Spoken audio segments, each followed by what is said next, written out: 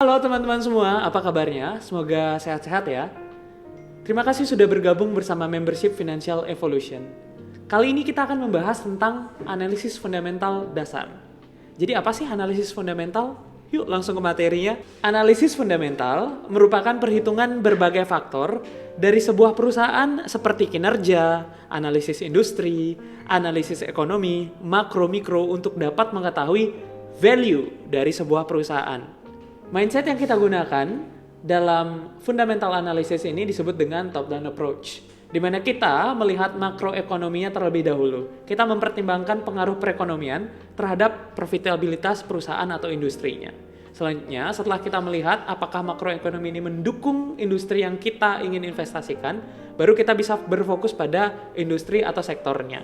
Jadi setelah itu baru kita semakin mengkerucut melihat ke perusahaannya. Apakah perusahaan ini termasuk perusahaan yang unggul atau perusahaan yang sedang bertumbuh di industrinya. Jadi pada dasarnya analisis fundamental ini adalah analisis yang menentukan kamu bisa membeli sahamnya atau tidak. Apakah perusahaan itu bagus atau tidak, boleh dibeli atau tidak. Nah selanjutnya analisis fundamental itu bisa dibagi menjadi dua.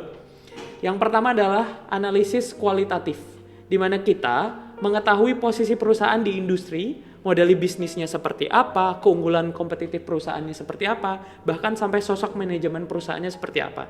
Atau bahkan kita bisa melihat apakah produknya digunakan secara terus-menerus oleh masyarakat atau tidak.